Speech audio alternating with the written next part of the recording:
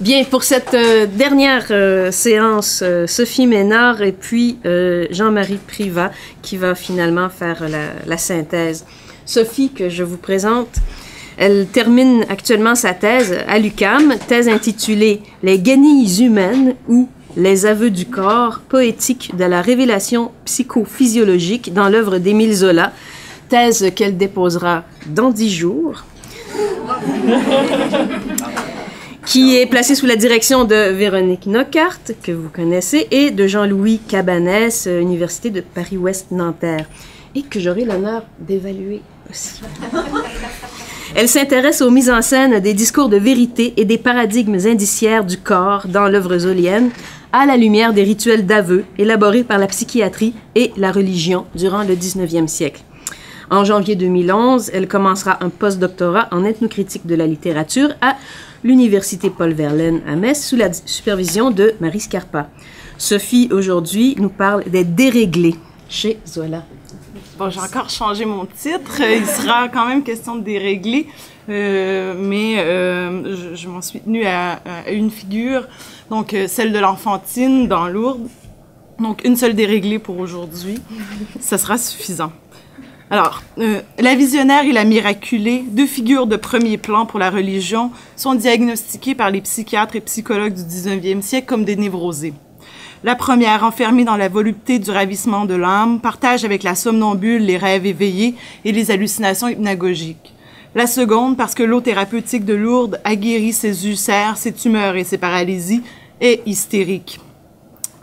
En cette fin de siècle, fortement empreinte des nouvelles découvertes de la salpêtrière, les guérisons miraculeuses sont dénoncées et la sainteté est remplacée par la névrose, car ce sont désormais les désordres organiques et psychologiques qui expliquent les apparitions mariales et les stigmates christiques.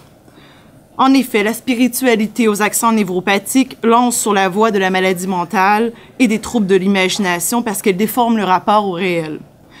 Émile Zola montre dans plusieurs romans, notamment La conquête de Plassans, Lourdes et Vérité, que la religion, au moment même où elle s'ingénie à canaliser et à discipliner les excès sensoriels, nourrit les désirs des dévotes par les symboles passionnels qui illustrent son histoire. En effet, pour le romancier naturaliste, elle enfante des déréglés du sang, du sens et du sexe. Elle engendre aussi des simples d'esprit.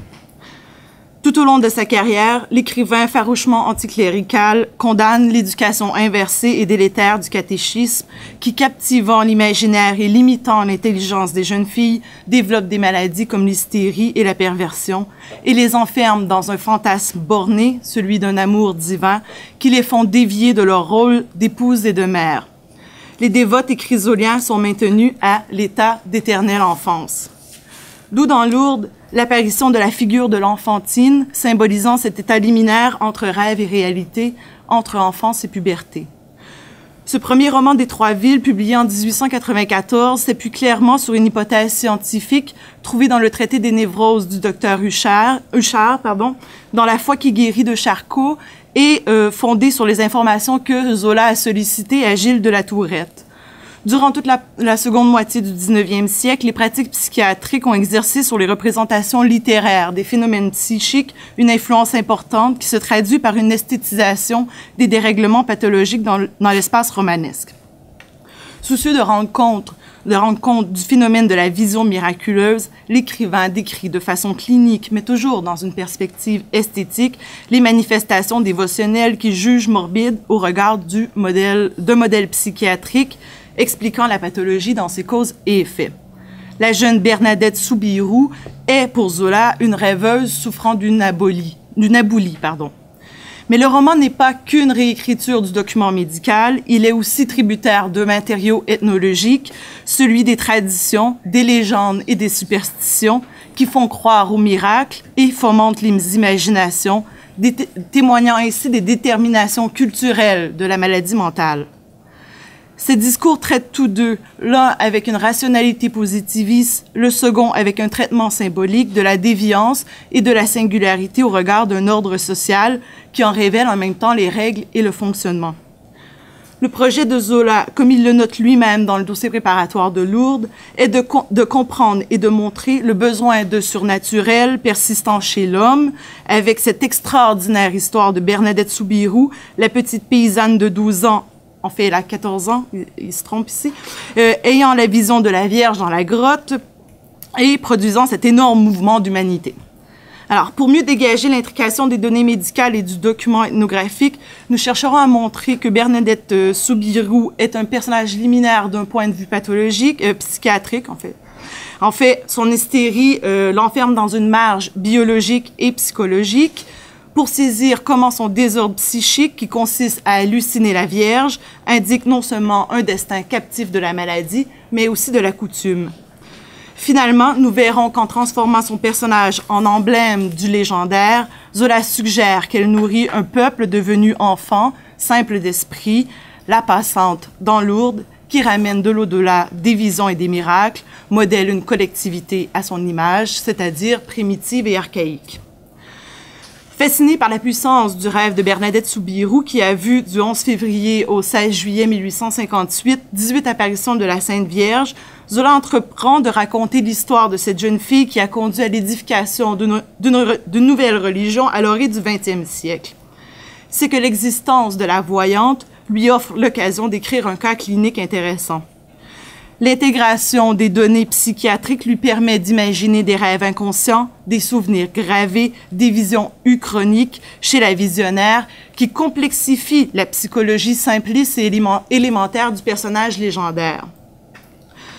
Dans l'entrevue qu'il accorde à l'Écho de Paris du 2 octobre 1894, il confie sans embâge « J'ai idéalisé Bernadette, qui n'était qu'une pauvre idiote. » Entre le réel et la fiction, tout un gradient intellectuel s'élabore, allant de l'idiotie de la figure historique selon le romancier à la poétisation de la figure romanesque qui sera dépeinte par le biais d'un paradigme de l'enfance, de l'innocence et de la naïveté.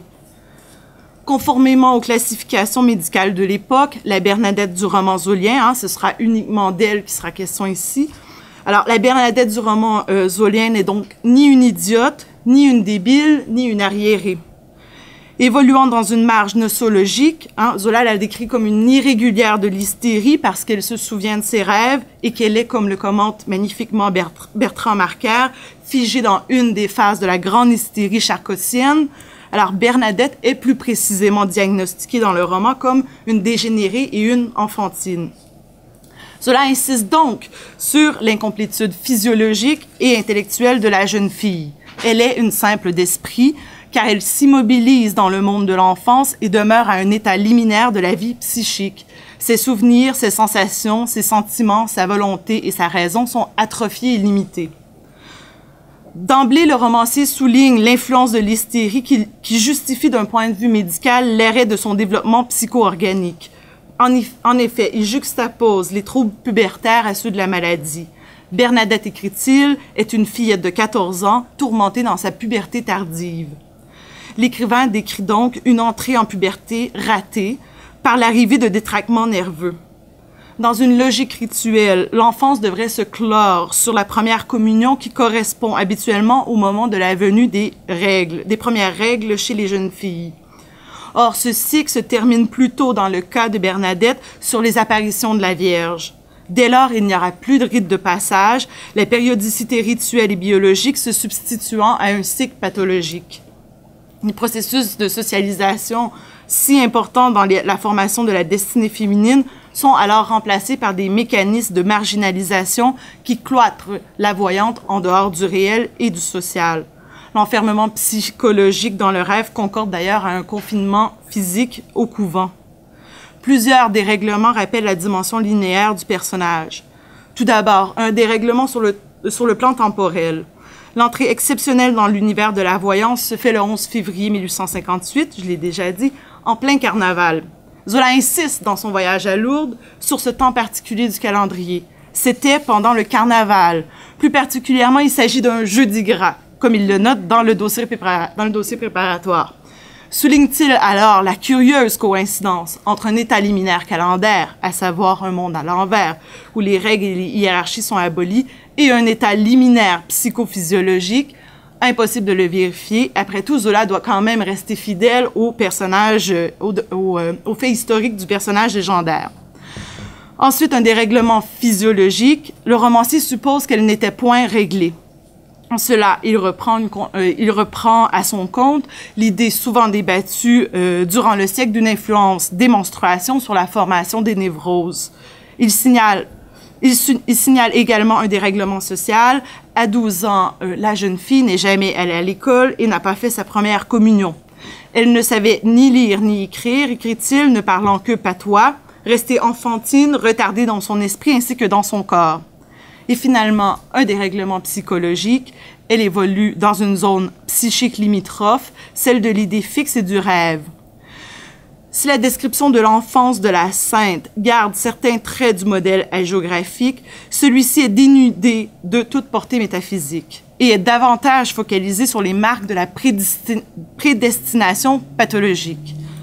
Le romancier pense clairement le désordre religieux comme un déséquilibre mental qu'il analyse, pour reprendre les mots de Giornada Charuti, en termes de raté de la production sociale des âges et des sexes. Par la vision, Bernadette accède à un nouveau statut symbolique et social qui n'est pas celui habituellement réservé aux jeunes filles.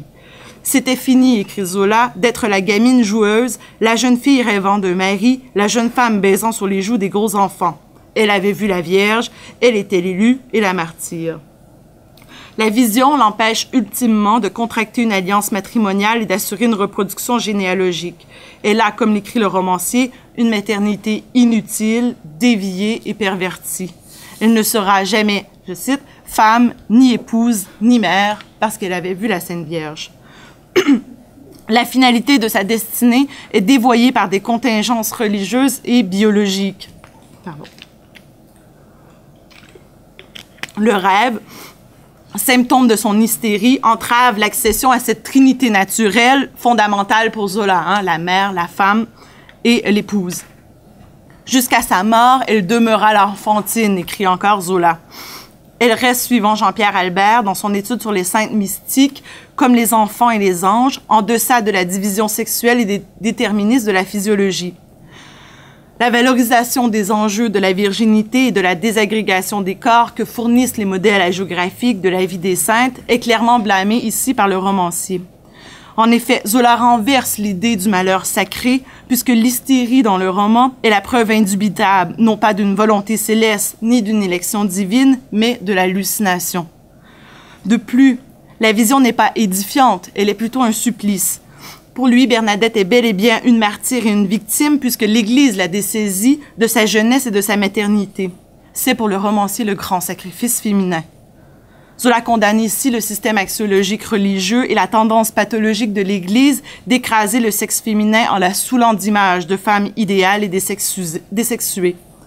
N'écrit-il pas que Bernadette est crucifiée par l'idée fixe, qu'elle est une figure christique dévoyée? D'où le monologue final où il imagine ce qu'aurait été la vie de la jeune fille si elle n'avait pas été l'élue. À la vision de la Vierge se substitue celle de la famille, qu'elle n'aura jamais parce qu'elle a accédé à un statut mythique qui l'inscrit éternellement dans une phase de marge. La vision passait confuse, écrit Zola, un mari qui l'adorait, des enfants qui poussaient gaiement autour d'elle. Dans Lourdes, l'entrée en puberté est remplacée par un passage dans l'au-delà qui annihile les processus physiologiques. Ainsi, Bernadette est comme Angélique dans le rêve, une mal passante et une mal initiée. Retardée dans sa nubilité et simple d'esprit, elle est une éternelle jeune fille, pour reprendre ici le titre de Marie Scarpa, de l'ouvrage de Marie Scarpa. L'écrivain imagine ainsi que le rêve insatisfait, la vision devenue idée fixe, la quête d'un inaccessible, génère un arrêt du temps biologique et une cassure dans le rythme du destin individuel. La voyante a en effet une croissance suspendue par l'abolition de son vouloir et par un enfermement onirique. Dès lors, le corps est en souffrance d'incarnation. À force de rêver, de vivre dans l'exaltation de l'âme, Bernadette, emprisonnée dans la croyance et dans l'au-delà, est dépossédée de sa chair et de sa périodicité. Sa capacité au rêve l'enferme dans l'illusion et la rapproche de l'enfant. En plus des perturbations physiologiques qui la figent entre deux âges, elle manifeste des ratés sur le plan de l'intelligence. Son esprit est lui aussi resté à un stade liminaire du développement habituel. Les facultés intellectuelles suivant le degré d'intelligence échelonné de l'idiot au génie peuvent être analysées au regard de la capacité des individus à former des images et à les garder en mémoire. Pour Pierre Janet, directeur du laboratoire de psychologie clinique à la Salpêtrière depuis 1890, l'enfant, l'imbécile et l'hystérique partagent une difficulté à ordonner les images du passé et à organiser les sensations. Parce qu'il a un champ de la conscience rétréci, l'esprit simple, rudimentaire, fait peu de rapports abstraits. Sa pensée se fixe souvent sur un point, une idée ou une image.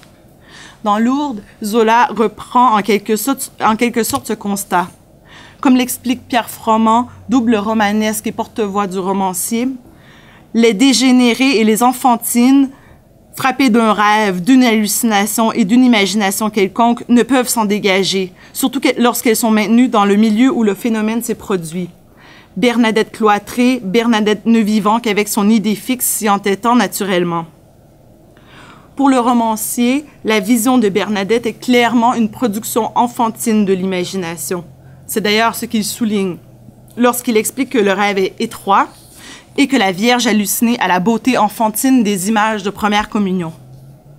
Les apparitions sont alors une image mentale d'une image dont la composition est simpliste. Elle rappelle la simplicité d'esprit de la jeune fille. Elle fonctionne selon un régime de signifiance de l'enfance. Lié également à un état de la croyance, c'est-à-dire suivant Théodule Ribaud, qui est un psychologue de la fin du 19e siècle. Alors, lié à un état de la croyance, c'est-à-dire, donc, suivant Théodule Ribaud, à l'adhésion de l'esprit fondée sur des conditions purement subjectives, la vision pour Bernadette est une réalité, parce qu'elle est accompagnée d'une incapacité psychologique tributaire d'une aboulie qui l'empêche de se défaire de sa conviction. Elle n'avait plus de volonté propre, écrit le romancier, envahie par son rêve, possédée à ce point par lui dans le milieu étroit et spécial où elle vivait, qu'elle le continuait même éveillé, qu'elle l'acceptait comme la seule réalité indiscutable. Chez l'enfant, tout comme chez l'ignorant ou le sauvage, il y a, selon Ribaud, hypertrophie de la croyance en la réalité de l'image.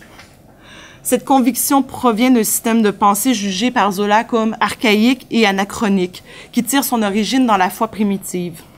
Il suspecte en effet Bernadette d'avoir été influencée par la géographie religieuse et d'avoir l'esprit fixé sur une image vue dans les livres et reproduite par l'imagination.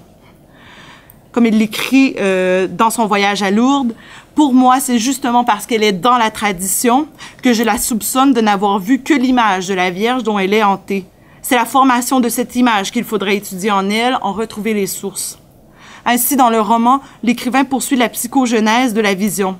Où donc Bernadette l'avait-elle vue, cette Sainte Vierge, si traditionnelle dans sa composition simpliste, sans un bijou, d'une grâce primitive de peuple enfant? Dans quel livre image du frère de sa nourrice? Dans quelle statuette? Dans quel tableau? Dans quel vitrail de l'église peinte et dorée où elle avait grandi? Surtout, ces roses d'or sur les pieds nus, cette délicieuse imagination d'amour avec cette floraison dévote de la chair de la femme. Dans quel roman de chevalerie venait-elle? De quelle histoire contée au catéchisme par l'abbé Adair? De quel rêve inconscient promené sous l'ombrage de Bartrès en répétant sans fin les obsédantes dizaines de la salutation angélique? Les mythes et les légendes qui occupent une place importante dans la communauté de Bartrès, où Bernadette a passé son enfance, contribuent à l'élaboration, selon Zola, d'archétypes modulant la vision, qui est alors une mise en forme de l'imaginaire et de l'imagerie de la collectivité. Elle réactive une mémoire primitive, parce qu'elle est, pour le romancier, la floraison même de ce pays ancien de croyance et d'honnêteté. Comme il l'explique, elle n'aurait certainement pas poussé ailleurs. Elle ne pouvait se produire et se développer que là, dans cette race attardée, au milieu de la paix endormie d'un peuple enfant, sous la discipline morale de la religion. On reconnaît ici les théories zolianes sur le milieu qui influencent la constitution psychophysiologique de l'individu. À un déterminisme biologique s'ajoute la puissance de la communauté et de l'environnement qui influe sur la formation de l'imaginaire et qui façonne l'esprit perceptif et impressionnable. Zola souligne ici la porosité de la mémoire de l'enfant. À cet âge d'éclosion et de développement du corps et de la raison, l'enfant conserve la trace d'un marquage initial qui passe dans le roman par l'iconographie religieuse. Dans Lourdes, la description scientifique de l'hallucination pathologique de Bernadette synthétise l'idée abondamment développée par les psychiatres d'une influence externe sur la direction et la formation des pensées, tout comme la conception du rêve comme une mise en image involontaire de la psyché. Le romancier souligne le pouvoir d'imprégnation et d'emmagasinage des images vues et des mots entendus. Bernadette est, dans ces conditions, la victime de l'imaginaire collectif. La géographie, la légende, la communauté primitive ont produit sur elle une impression déformatrice. Jean-Louis Cabanès a bien montré que la pathologie de la croyance dans les récits réalistes est tributaire d'un trouble de la représentation, qui se résume à un mauvais usage des signes, à une incapacité à faire le partage entre les représentations symboliques et l'univers réel, à une confusion entre le physiologique et le mystique. Je citais Jean-Louis. Alors, au 19e siècle, ce dysfonctionnement de la pensée et des signes renvoie essentiellement à l'hystérie. D'où l'explication de la vision comme l'hallucination. Ici, on a une confusion entre le surnaturel et le naturel, entre l'idée et l'image, qui suggère que Bernadette puise dans sa mémoire un stock de lieux communs, de clichés et de symboles. De plus, Zola imagine une imprégnation culturelle du psychisme, puisque la vision naît, je cite, des prodigieuses histoires entendues chez sa mère nourrice et des veillées passées dans les retables vivants de l'Église que le romancier nomme l'ère de primitive foi, comme si la jeune fille avait été réellement contaminée. La voyante condense tout un imaginaire puéril et primitif qui est celui de la croyance. Elle recompose en quelque sorte le terreau archaïque de sa communauté. Si l'écrivain, dans toute son œuvre, pense, conformément aux théories psychiatriques de son époque, les phénomènes oniriques et hallucinatoires comme le surgissement involontaire et spontané de la mémoire, dans Lourdes, le souvenir d'enfance est aussi une remontée jusqu'au temps légendaire de l'histoire. Le romancier considère l'hallucination ou le rêve comme une empreinte culturelle qui renvoie à des invariants folkloriques populaires tout autant qu'aux croyances chrétiennes. L'image hallucinée de la Vierge relève bien d'une imagerie collective qui est celle, comme l'écrit Zola, d'une population hantée de légendes, des enfants qu'on berce avec des contes de nourrices, portés tous au merveilleux par l'éducation au foyer. En quelque sorte, elle révèle des universaux fantastiques subjectivés, ceux des légendes pieuses, des contes de fées, des superstitions, du merveilleux. Si Bernadette est une mâle passante du point de vue biologique et psychologique, elle est au regard de la coutume devenue l'icône de la passante et de la passeuse. C'est en effet elle qui ouvre le passage matériel, pour reprendre Van Gennep, de la grotte, qui est en même temps pour Zola, un passage vers l'au-delà que Zola nomme la porte du rêve et la porte de l'illusion. Elle nourrit la croyance parce qu'elle est à l'origine du merveilleux, du conte de fées et du légendaire. Figure de la primitivité, non pas dans le sens d'une régression à un état de bête humaine comme les Jacques Lantier, Victor Saccard, Marjolin ou Saturnin, mais plutôt au sens de la survivance de l'archaïque et de la tradition, Bernadette est porteuse d'une mémoire culturelle. N'est-elle pas, pour reprendre les mots de Daniel Fabre, emblématique de l'identité sociale et systématique de la pratique et de la pensée symbolique? La visionnaire a une fonction opératoire. Si elle est l'accomplissement de la coutume et l'incarnation de sa communauté superstitieuse et croyante, elle est aussi productrice d'un imaginaire qu'elle prolonge par ses visions, devenues miracles et signes de la sainteté. Dans ces conditions, la voyante est l'intermédiaire entre le monde du surnaturel et celui du social.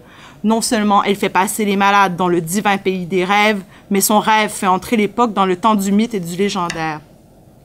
Si Zola considère que l'épopée, le merveilleux, les mythologies, les poèmes épiques et les contes n'ont plus leur place en cette fin de siècle, qui marque, c'est Zola qui l'écrit, l'agonie de la fiction, force est de constater qu'à Lourdes, lieu fondamentalement anachronique, les croyants crédules sont en plein pays enchanté du miracle.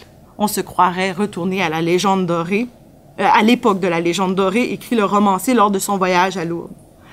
Dès lors, Bernadette, la simple d'esprit, l'ignorante et l'enfantine, est la grande ouvrière, l'architecte et la créatrice du légendaire. En nourrissant l'imaginaire confus du peuple, elle incarne le rêve. C'est elle qui est devenue une image pour autrui, parce que son destin individuel a produit une cohésion du groupe social, sa vision a donné naissance à une ville et à une religion nouvelle. Mais le peuple qu'elle enfante est à son image, c'est-à-dire innocent, enfantin et rêveur. Zola emprunte l'expression récurrente qui revient vraiment à plusieurs reprises dans le roman. Vous l'avez déjà entendu dans les citations que j'ai données. Donc, l'expression « peuple-enfant » à Michelet, qui souligne l'innocence au sens de la candeur et de l'ignorance du peuple. Alors, si les simples font un grand peuple, comme l'écrit l'historien, c'est parce qu'ils conservent la simplicité du cœur et les dons divins de l'enfance. C'est pourquoi Michelet compare l'enfant au peuple, puisque toutes deux sont dans une, je cite, une heureuse ignorance du langage convenu, des formules et des phrases faites qui dispensent d'invention. On le sait, au 19e siècle, la question de l'origine taraude les esprits. Véronique Nocquart a bien montré que l'enfant et le sauvage sont tous deux des vestiges d'une humanité dépassée. Dans Lourdes, la notion d'enfant-peuple cible à la fois le village de Bartrès et les malades qui, en quête du bonheur universel, vont à la grotte miraculeuse avec l'espoir de guérison. L'expression, donc, qui revient à m'être prise dans le roman, sert à expliquer un état de la croyance que le romancier juge archaïque au regard du progrès et de la science. Ainsi, les pèlerins sont des simples d'esprit, je cite, et les croyants ont des âmes d'enfants. Zola ne cesse de le répéter. À Lourdes, on retrouve la foi naïve de l'enfant qui s'agenouille et prie, la primitive foi des peuples jeunes, courbés sous la terreur sacrée de leur ignorance. Dans un article publié dans la Cloche du 29 septembre 1872, donc une vingtaine d'années avant la rédaction de ce roman, il condamnait déjà les miracles, qu'il comparait à des contes de bon enfant, des contes de bonnes femmes plutôt, utilisés pour séduire et enchanter les paysans illettrés, les incrédules et les naïfs. Dès lors, il s'agit pour le romancier de dénoncer l'impossible retour de l'humanité à son enfance, à un monde fondé sur l'erreur et l'illusion. Dans ces conditions, et pour conclure, le rêve de Bernadette est le reflet d'un état d'esprit enfantin et d'une communauté naïve et simple d'esprit au sens de primitivisme. La candeur puérile de la visionnaire et des croyants les rattache au socle primitif. On pourrait dire alors que la vie onirique de la jeune fille est, suivant Charuty, doublement originaire, puisqu'elle permet d'accéder à une double enfance, celle de l'individu et celle de l'humanité. Le rêve de la voyante est aussi dans la perspective d'une bouffée hallucinatoire et délirante, au croisement de l'intime et d'une pathologie collective de la croyance.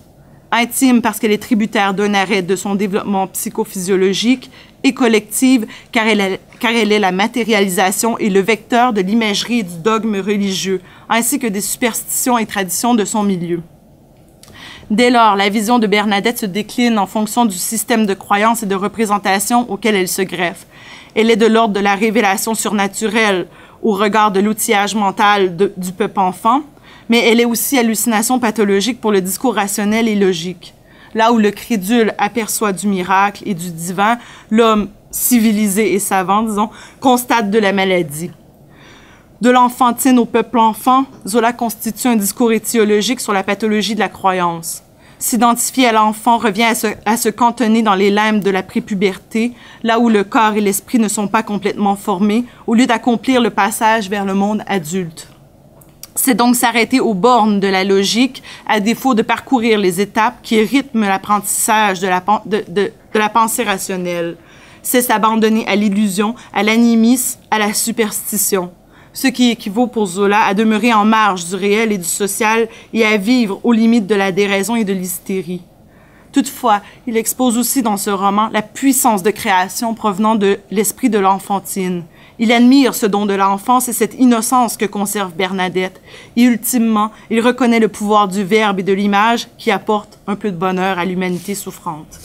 Merci.